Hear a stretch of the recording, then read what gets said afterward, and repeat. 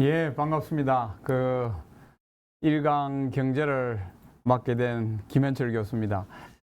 여러분이 이제 젊은 정책 전문가인데요. 보통 경제학 이러면은 생각보다 굉장히 이렇게 여러분들이 어려워하세요. 사실은 경제학이 생각보다 어렵지 않는데 어렵게 느끼는 이유가 여기에 이제 세 가지 차원으로 한번 보여드렸는데요. 이 현대 경제학을 여러분이 접하게 되면은 굉장히 어려워합니다. 뭐 수요 곡선, 공급 곡선, ISLN 곡선 뭐 이런 식으로 나오니까 경제학은 진짜 어렵다. 뭐 이런 식으로 이야기 돼 있고요. 특히 문제는 이제 서울대 경제학부만 보더라도 다 거기 미국 이론입니다. 그러다 보니까 아무리 어려운 경제 부분을 공부하더라도 한국 경제에는 적용할 수 없는 그런 부분이기 때문에 어렵게 공부하더라도 별로 유용성이 없는 이런 부분이 있다 보니까 경제학은 어렵고 뭐 경제학은 도움이 안 되고 뭐 이런 생각을 많이 하거든요. 근데 오늘 이제 다른 두 패러다임 영역을 이제 제가 소개해 드릴까 하는데, 하나가 여러분이 지금 현장에서 부딪히게 되는 이 실물 경제, 지역 경제가 사실은 경제에 있어서 가장 중요한 부분입니다. 그래서 여러분이 이제 현장에서 정책 전문가로 거듭나는 과정에서 자꾸 경제학의 어려운 이론서라든가 이런 거를 보지 마시고 차라리 여러 주변에 있는 뭐 기업이라든가 소상공인이라든가 주부라든가 뭐 이런 사람들하고 접하면서 이 실물 경제, 지역 경제가 어떻게 돌아가는지를 공부하는 게 경제학을 공부할 수 있는 최고의 접경이라고 그렇게 생각하거든요. 근데 이제 제가 청와대 경제보좌관으로 있을 때 피부로 느끼는 부분인데, 이 부분은 생각보다 관료들이 굉장히 강한 주도권을 쥐고 있습니다.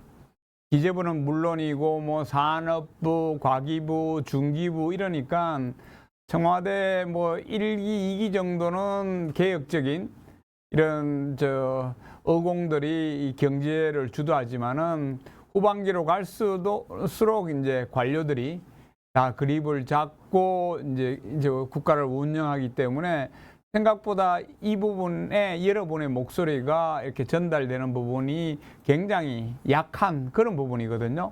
그렇지만 여러분이 이 실물 경제하고 지역 경제는 여러분의 지역구에 가까이 있기 때문에 이 부분을 공부하는 게 필수 불가결합니다. 하지만 오늘 굉장히 중요한 패러다임 영역으로서 국제 경제학의 영역을 오늘 좀 강조드리고 싶어요. 왜냐하면 제가 청와대 경제보좌관에 들어가서 한 일 중에 50% 이상이 이 영역입니다. 왜냐하면 한국은 통상국가이기 때문에 대외 관계로부터 한국 경제가 굉장히 밀접한 관계가 있고 굉장히 영향을 많이 받고 있는데, 보통 경제학이라고 하면 이 부분은 아예 도외시해버리고 눈을 돌려버리는 이런 현상이 굉장히 많이 일어나는데, 오늘 이 부분을 여러분들한테 새롭게 강조하면서 국가 경제를 보는 데 있어서 이런 국제관계, 국제통상관계가 얼마나 중요한지를 오늘 강조드리는 게 제 강의의 목적입니다. 근데 이 부분은 제가 이제 작년에 책을 냈기 때문에 이 책을 참고하시면 되고요. 또 3프로 TV에 시리즈로 제 책에 대한 내용을 업로드 했기 때문에 오늘 1시간 남짓 시간이기 때문에 굉장히 빨리 말씀드릴 예정인데, 좀 부족한 부분이라든가 보강하고 싶은 부분은 제 책이나 아니면은 저의 유튜브를 참고하시면 될 것 같습니다. 특히 오늘 저는 이제 일본을 중심으로 이 국제관계가 어떻게 돌아가고 한국 경제가 어떤 영향을 받는지를 이제 말씀드릴 텐데요. 먼저 한국 경제가 지금 어디에 와 있느냐는 것은 여러분이 이제 많이 아실 겁니다. 한국이 임금이나 소득이나 뭐 1인당 GDP 최근에는 수출액마저도 이제 일본을 능가하는 그런 거는 이제는 뭐 많이 아실 겁니다만은, 그러면 한국이 어떻게 이렇게 선진국이 되었느냐고 했을 때 보통은 한강의 기적을 많이 생각하는데요. 한강의 기적은 사실은 한국이 최빈국에서 개발도상국이 된 과정이 한강의 기적이었거든요.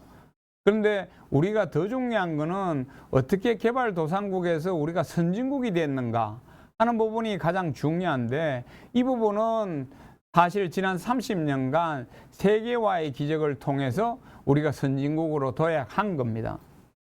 근데 거기에 비하면은 일본은 지난 30년간 이제 잃어버린 30년이라고 할 정도로 일본이 정치되고 이 반사이익을 우리가 이제 얻은 부분이 있는데, 먼저 말씀드리고 싶은 거는 왜 일본이 지난 30년간 정치되었냐는 겁니다.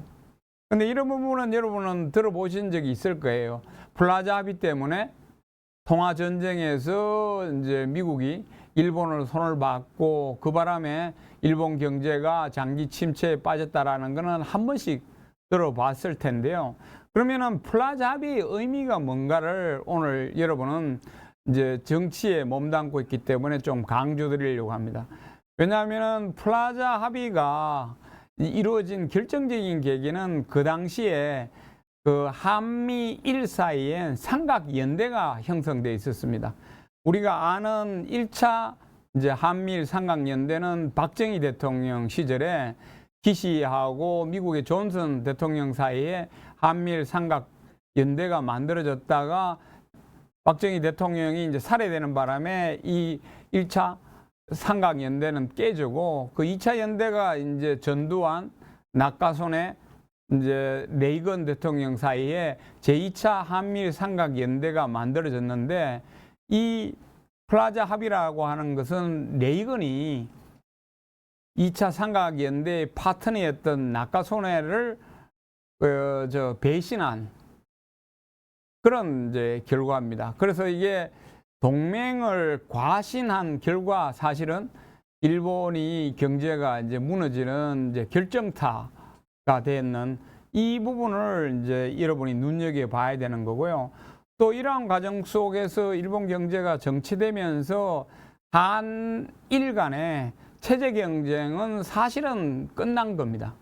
왜냐하면은 여러분도 아시다시피 뭐 산업화는 일본은 명치 유신을 통해서 먼저 산업화를 시작했고, 우리는 나중에 이제 한강의 기적이나 세계화의 기적을 통해서 이제 산업화의 측면에서는 일본을 따라잡았는데, 근데 민주화의 측면에서는 사실은 한국이 일본을 앞서선 거거든요.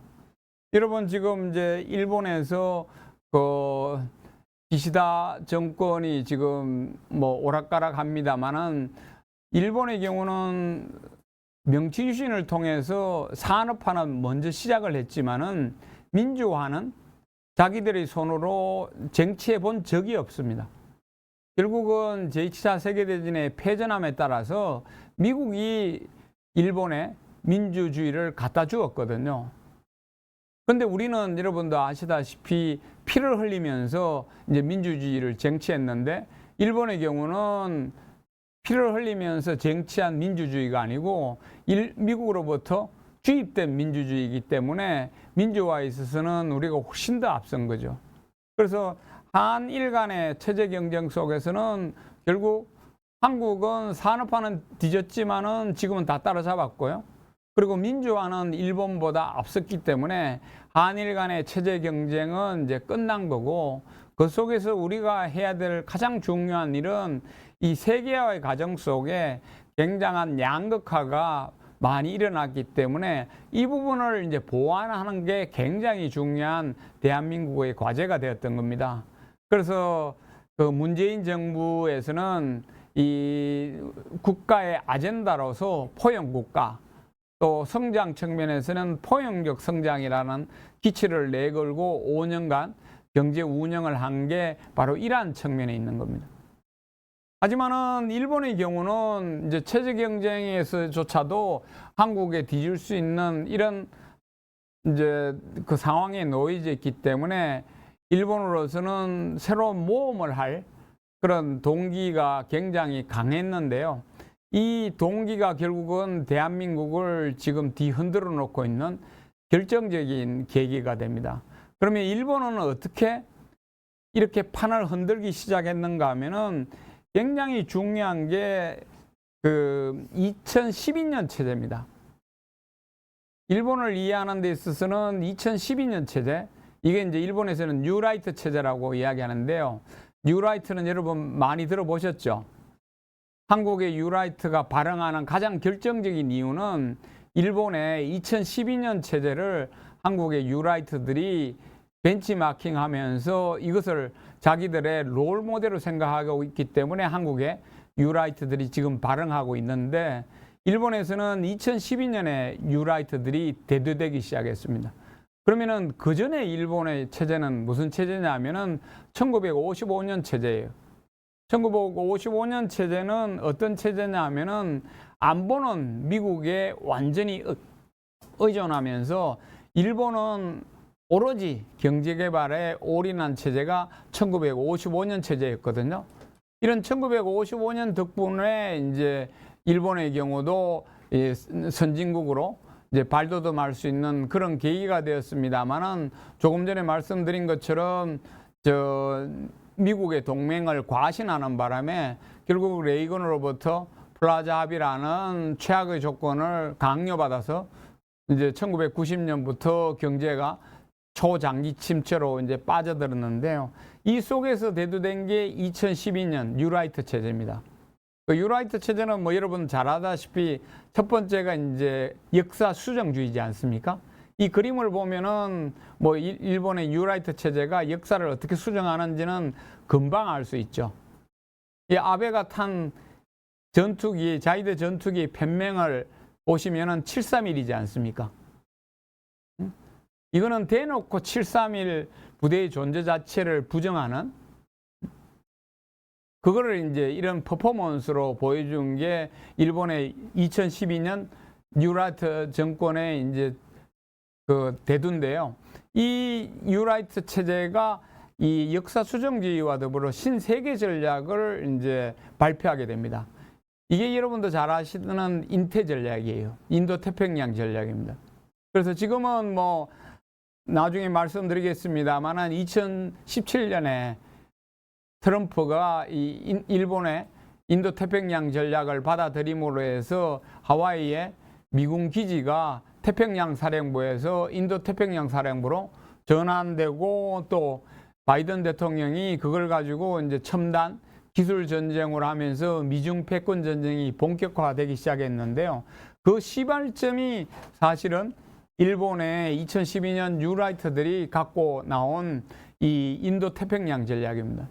여기서의 인도라고 하는 것은 인도양을 의미합니다. 그래서 인도 태평양 전략은 인도양과 태평양에 있는 국가들끼리 힘을 합쳐서 대륙 세력을 봉쇄하자는 전략이 인도 태평양 전략이에요. 그러면 일본이 왜 그 대륙 세력 중에서 중국을 봉쇄하려는데 앞장서게 됐는가 하면은, 일본에 있어서는 2010년 쇼크라는 게 있었습니다. 이거 여러분 아실지 모르겠는데 2010년에는요 중국의 GDP가 일본을 넘어선 해가 2010년입니다. 그리고 이때 생각고 열도 중국과 일본의 영토 분쟁이 일어남으로 해가지고 결국은 일본이 중국에 항복한 그 해가 2010년입니다. 그래서 2010년에 있어서는 일본 뉴라이트에 있어서는 치욕의 해입니다. 그리고 이때부터 일본에는 이제 현중, 현망과 같은 배타적 민족주의가 대두되면서 결국은 이제 그 인도 태평양 전략이라는 그런 새로운 전략을 갖고 나온 이제 계기가 바로 2010년 쇼크 때 이제 일어난 거고, 이런 쇼크가 지금까지 이어지면서 일본이 우경화된 결정적인 계기가 2010년도였거든요. 그래서 이런 2010년의 쇼크를 경험하면서 일본이 치욕을 어떻게든 복수하겠다라고 생각해서 중국에 대해서 인도 태평양 전략을 가지고 나왔던 겁니다. 그리고 이게 뭐 조금 전에 말씀드린 미국의 전략이 되면서 지금 미중 패권 전쟁으로 이제 전이됐는데요. 그러면은 2012년 유라트 체제가 출범할 때 한국의 정권은 어느 정권이 있는가 하면은 박근혜 정권이었습니다. 여러분들 아시다시피 박근혜 정권은요, 항일 전쟁 승리 70주년 기념식에 천안문 광장에 올라간 정권이거든요. 이거는 철저하게 반일 친중 정권이었어요. 그러다 보니까 일본이 제시한 인도태평양 전략을 받을 하등의 이유가 없었던 거죠. 그리고는 그 다음 문재인 정권에서는 한반도 평화 프로세스를 추진했었기 때문에 인도태평양 전략을 받을 하등의 이유가 없었던 거죠. 오히려 인도태평양 전략이 아니라 신남방 전략을 가지고 인도태평양 전략을 거부하는 그런 정책을 이제 취했던 겁니다. 그런데 이제 정권이 바뀌면서 이 정권에서는요, 한국판 인도태평양 전략, 즉 미국을 봉쇄하는 전략에 적극 가담함과 더불어 제3차 한미일 삼각연대를 캠프 데이비드에서 맺게 된 거죠.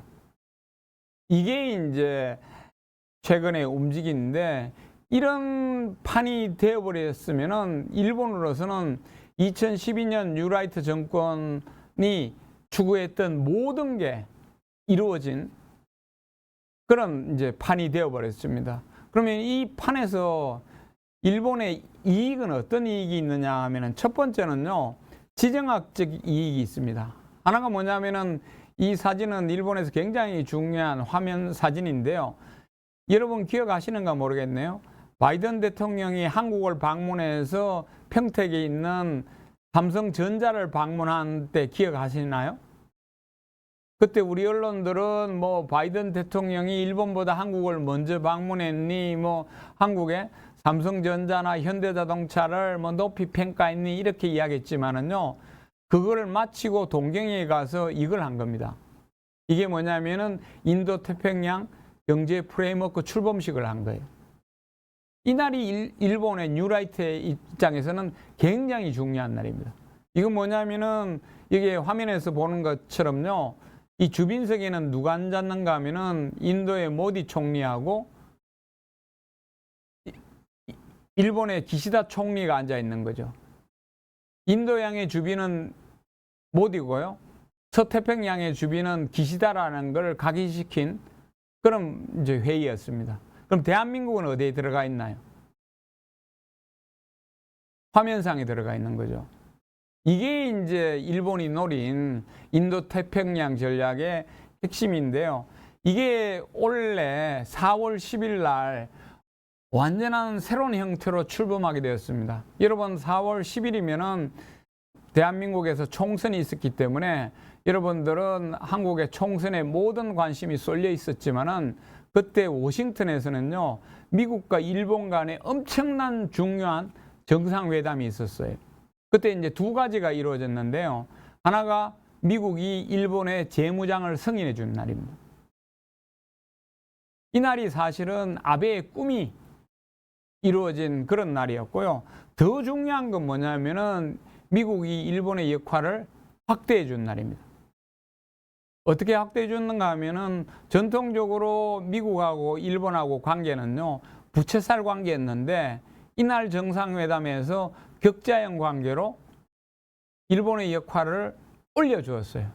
그러면은 부채살 관계라는 건 뭐냐면은 지금까지 이제 모든 이 동아시아에 있어서 국가 간의 관계가요, 미국하고 개별 국가가 1대1로 연결되는 소위 허브 앤 스포크 부채살 관계였기 때문에 이 관계에서는 한국이나 일본이나 미국하고 동등하게 이제 관계를 맺는 이 관계가 이게 4월 10일 날 미국하고 일본하고 정상회담에서 격자형 관계로 바꿔버렸어요.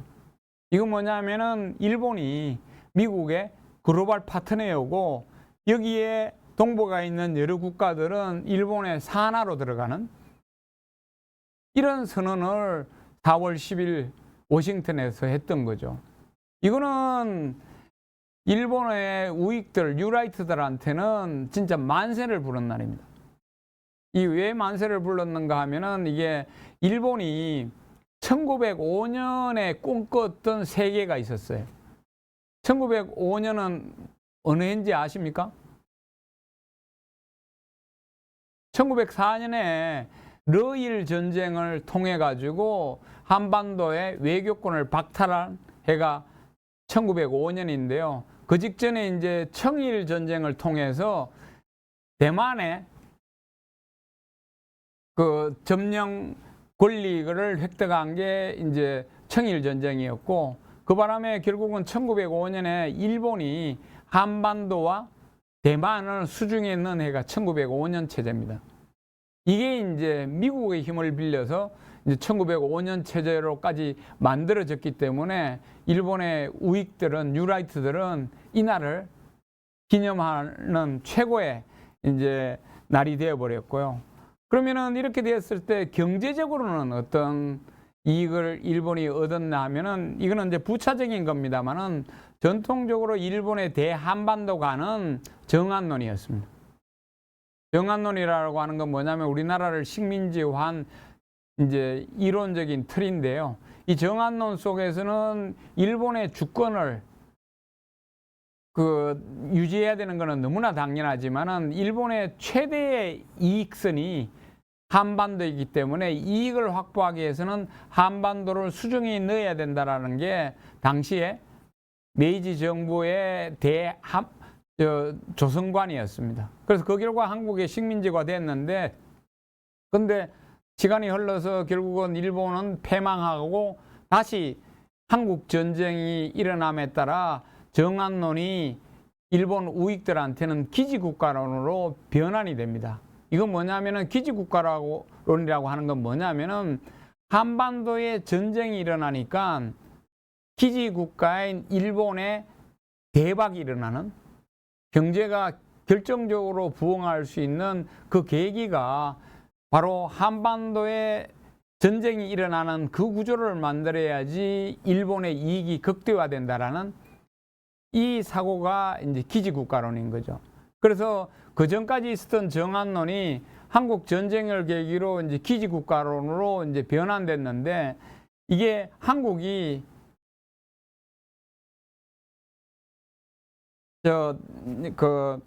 인태 전략에 가담하고 또 한국이 이제 최대의 전장 지도로 변화함에 따라서 일본이 이제 기지 국가로서 혜택을 누릴 수 있는 그 구조가 이번에 만들어져 버리는 거죠. 그래서 한국이 인태 전략에 가입하지 않고 캠프 데이비드에서 제3차 한미일 연대에 가입하지 않았더라면은 미중 패권 전쟁의 전장은 대만이었어요. 그런데 한국이 인태 전략에 가입하고 제3차 한미일 동맹을 맺음에 따라서 결국은 전장이 대만과 한국이 되어버렸는 거죠.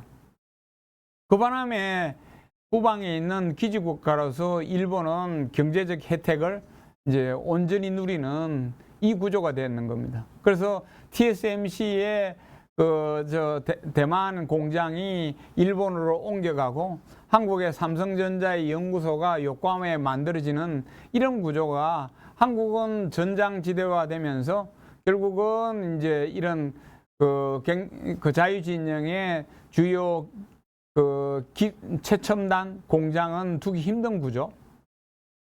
그 대신 일본은 이제 기지국가로서 그 최첨단 공장을 둘 수 있는 그런 부차적인 효과까지 누리면서 일본 경제에 옮기는 돌기 시작했고, 또 지정학적으로도 일본이 서태평양 지역의 이제 패권 국가로 이제 웅비하는 그런 계기가 되었던 겁니다. 자, 그러면은 이렇게 되었을 때 한국의 국익은 어떻게 되느냐? 이걸 보면은 여러분 이제 기가 찰 노릇인데요. 먼저 대미 관계에 있어서 한국은 아까 말씀드린 것처럼 이제 부채살 관계에서는 지금까지 한미 동맹이 1대1 관계였었는데 지금 격자형 관계로 바뀌어버리면은 미국은 보스의 보스가 되어버립니다. 그런데 이 정권에 있어서는 이제 아메리칸 파이를 부르짖는 보스의 보스한테 이제 모든 걸 갖다 바치는 그런 구조가 되다 보니까 지금 미국의 그 바이든 정부의 해외 직접 투자액이 830조 원인데요. 이 중에 133조 원을 한국이 투자해 주었습니다. 그 결과 지금 미국 일자리 기업 1위 국가가 대한민국이 되어버린 거예요. 이러면은 한국은 어떤 현상이 벌어지는가 하면 앞으로 산업이 이제 한국에서 미국으로 넘어가게 되고요. 고급 일자리가 한국에서 미국으로 넘어가는 이 구조가 만들어지는 겁니다. 그래서 벌써 이제 한국의 40대 좋은 일자리가 이제 줄어들기 시작하는데요. 미국에 만들어진 이 일자리들이 평균 임금이 얼마냐면요. 1억 5천만 원 일자리예요.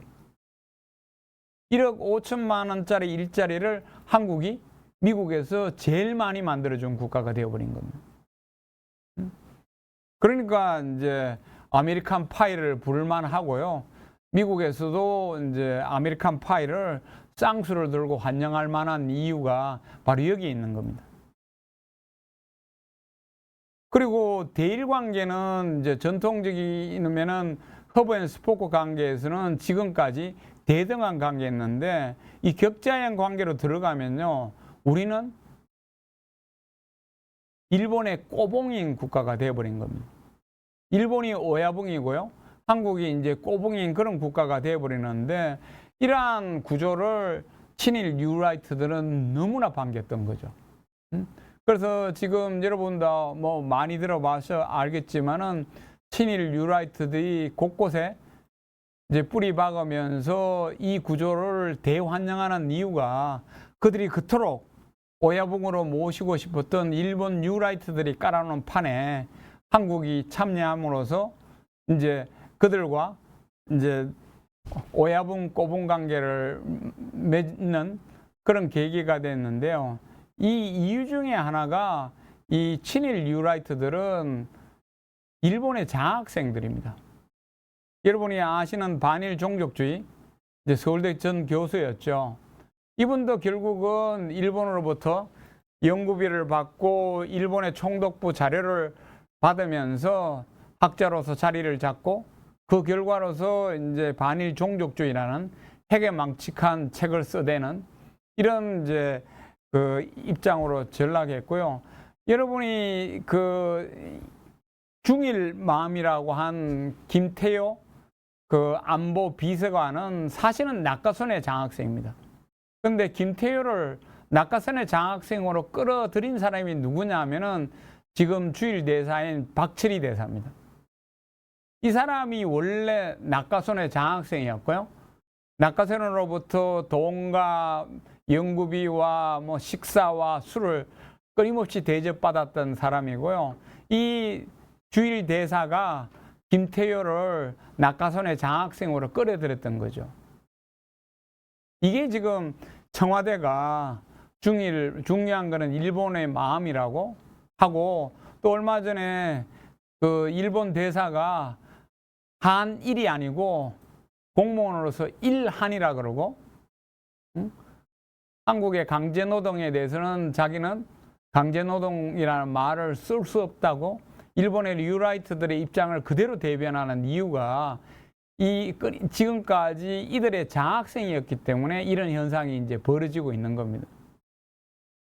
그래서 그들은 이 경험이 없는 아마추어 대통령을 어떻게든 이제 대통령 자리에 앉혀놔 놓고 자기들이 꿈꾸던 이런 친일 뉴라이트 구조를 만들어 버리는 게 이 친일 뉴라이트들의 사실은 목적이고요.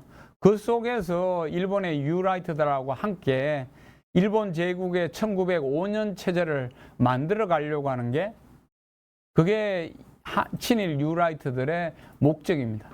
다만 1905년에는 일본 제국의 힘을 빌려서 일본이 원하는 1905년 체제를 만들었지만은 지금은 일본 제국 대신에 미국의 힘을 빌려서 일본의 뉴라이트들이 원하는 1905년 체제를 만들어 가려고 하는 게 한국 뉴라이트들의 목적입니다. 이 속에서 이제 대북 관계는 뭐 내일 그 강의에서 더욱더 잘 배우실 거고요. 저는 마지막으로 대중 관계가 이제 어떻게 바뀌어 나가는지를 여러분한테 설명드리려고 합니다. 한국이 한국판 인태 전략에 가담하고 제3차 한미일 삼각 연대를 맺어버리면은요, 중국은 엄청나게 반발하겠죠. 그래서 여러분도 아시다시피 지금 한국과 일본 간에는요, 정상회담이 13번 열렸는데 한국과 중국 간에 제대로 된 정상회담, 시진핑하고의 정상회담은 한 번도 안 열렸습니다. 자, 시진핑이 정상회담을 거부하는 이유를 알겠죠. 한국이 중국을 봉쇄하는 인도태평양 전략에 가담하고 그 선봉대로 활동하겠다는 건데 거기에 대해서 중국이 손을 내밀 하등의 이유가 없는 거죠. 그런데 문제는 이런 인태 전략에 가담할 뿐만 아니라 2022년에 한국의 경제계가 그렇게 반발하는데도 이 정부는 탈중국을 선언해 버렸습니다.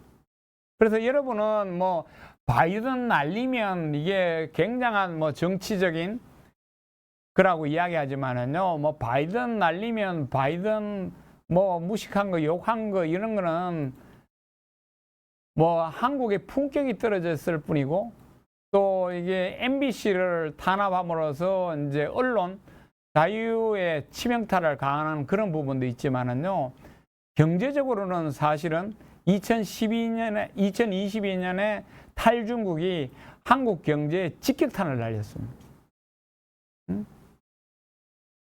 왜 그런가 하면은 한국은 이제 주력 시장이 중국이죠. 그러면서 2022년에 탈중국 하면서 중국 수출액이 20% 가까이 추락하게 됩니다. 그 결과 한국은 경제 쇼크를 겪었어요. 여러분 지금 아마 여러분 주변에 저 민생 경제를 돌아보시면은 어느 정도 이 쇼크가 심각한지를 아실 건데요. 탈중국 선언하면서 한국 경제 성장률이 1.4%까지 떨어졌습니다. 이거는 한국의 70년 경제개발사 한강의 기적하고 세계화의 기적 속에 1.4% 성장률을 기록한 적은 한 번도 없었습니다.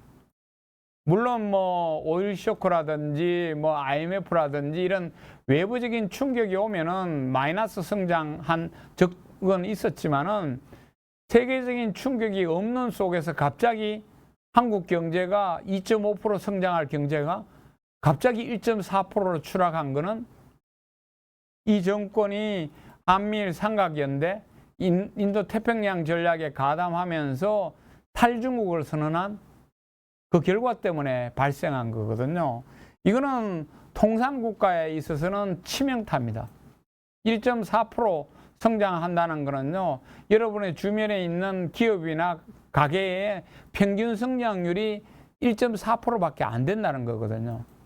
이 충격이 오니까 이제 금융위기, 특히 새마을금고를 비롯한 금융위기, 부동산 PF, 대출 위기로 해서 뱅크런이 일어날 뻔했고요. 지금은 이제 내수 위기로 전이되면서 여러분이 직접 경험한 이제 민생 위기로 이제 전이되고 있는 거죠. 그래서 한국이 이제 통계를 작성하게 난 이후에요, 기업 도산율 역대 최악이 올래입니다. 자영업 폐업률 최악이 올래고요, 기업 연체율 최악도 올래고, 체불 역대 1위도 올래입니다. 이게 어디서 시발되었는가 하면은 수출 위기부터 시작되면서 한국 경제가 전무후무한 1.4% 성장하면서 이제 수출 위기가 내수 위기로 그리고 민생 위기로 전이되면서 지금 이 현상이 벌어지고 있는 거거든요. 그래서 지금 한국 경제는 뭐 모든 게 위기죠. 민주주의 위기고 언론 위기고 뭐 정부 리더십 위기고 모든 위기인데 사실은 이 속에 미중 패권 전쟁에 어설프게 가담함으로써 한국 경제가, 통상국가 한국 경제가 경제적으로 이제 직격탄을 받는, 그 결과가 수출 위기, 내수 위기, 민생 위기로 이제 전환되는 이 과정에 지금 한국이 놓여 있는 겁니다. 그래서 오늘 여러분한테 강조드리고 싶은 거는요, 여러분이 경제학 하면은 뭐 경제학 교과서부터 먼저 잡고 뭐 미시가 어떻고 거시가 어떻고 재정이 어떻고 뭐 이런 걸 배우는데요, 저는 그거를 권하지 않습니다. 제 학생들한테 권하지 않아요. 그거는 너무나 이론화돼 있고, 그 이론화된 그 이론도 다 미국 경제에 대한 거기 때문에 한국 경제를 이해하는데 별로 도움이 안 돼요. 그래서 그런 거를 공부하기보다는 여러분 생활 주위에 있는 그런 기업이라든가 소상공인이라든가 가게라든가 전통시장이라든가 이런 걸 보면서 여러분이 피부로 민생경제와 지역경제를 몸으로 배우는 게 저는 경제학을 공부하는데 제일 중요하다고 봅니다. 근데 나중에 혹시 여러분이 이런 공부를 통해서 국정에 참여하게 된다면은 절대 관료에 흔들리지 않는 그런 민생경제, 지역경제의 지식을 저는 갖춰주기를 간절히 바라요. 근데 오늘 강의에서 또 한 번 강조드리고 싶은 거는요, 우리나라는 아직도 통상국가입니다. 통상의 경제적 영토가 어디에 있는가에 따라 가지고 한국의 수출이 영향을 받고, 그 수출이 결국은 내수에 영향을 주고 궁극에는 민생경제까지 영향을 주는 이 구조가 되어 있거든요. 그래서 여러분이 민생경제와 지역경제를 공부함과 동시에 지금 미중 패권 전쟁이 어떻게 전이되고 있는지, 그리고 현 정부가 남북 관계라든가 일본 관계라든가 중국 관계, 러시아 관계를 어떻게 가져가는지를 눈여겨봐야 됩니다. 이 정부는 21세기에 제3차 한미일 연합이라는 어설픈 그 구조에 빨려 들어감으로 해가지고 세계화의 기적을 통해서 우리가 지난 30년간 개척해 놓은 대륙 시장을 스스로 버렸어요. 그래서 중국 시장에서의 우리 기업들의 매출도 급락하고, 그 영향으로서 중국과의 산업 경쟁력도 악화되는, 그리고 러시아 시장을 버리면서 결국은 러시아 시장을 다 포기하고 러시아하고 북한과의 군사 동맹을 만들어주는 이런 일을 하면서 한국의 그 지정학적인 틀이 지금 뒤흔들리고 있고, 이 지정학적인 틀이 뒤흔들리는 게 한국 경제에도 직격탄을 날리는 겁니다. 그래서 여러분들은 이제 경제를 공부할 때 지금은 일본이 일으킨 미중 패권 전쟁의 한복판이기 때문에 미국의 대선이라든가 또 한미일 관계라든가 남북 관계 이런 거를 종합적으로 봐야지 이게 여러분이 공부하려고 하는 경제에도 너무너무나 중요한 그런 변수이거든요. 그래서 오늘 저 강의를 계기로 민생경제와 지역경제도 열심히 공부하면서 특히 이 국제관계론, 미중 패권 전쟁이라든지 한미일 또 중국, 러시아하고의 관계, 이런 관계가 어떻게 변하는지도 여러분 눈여겨 공부하면은 이게 바로 경제 공부입니다.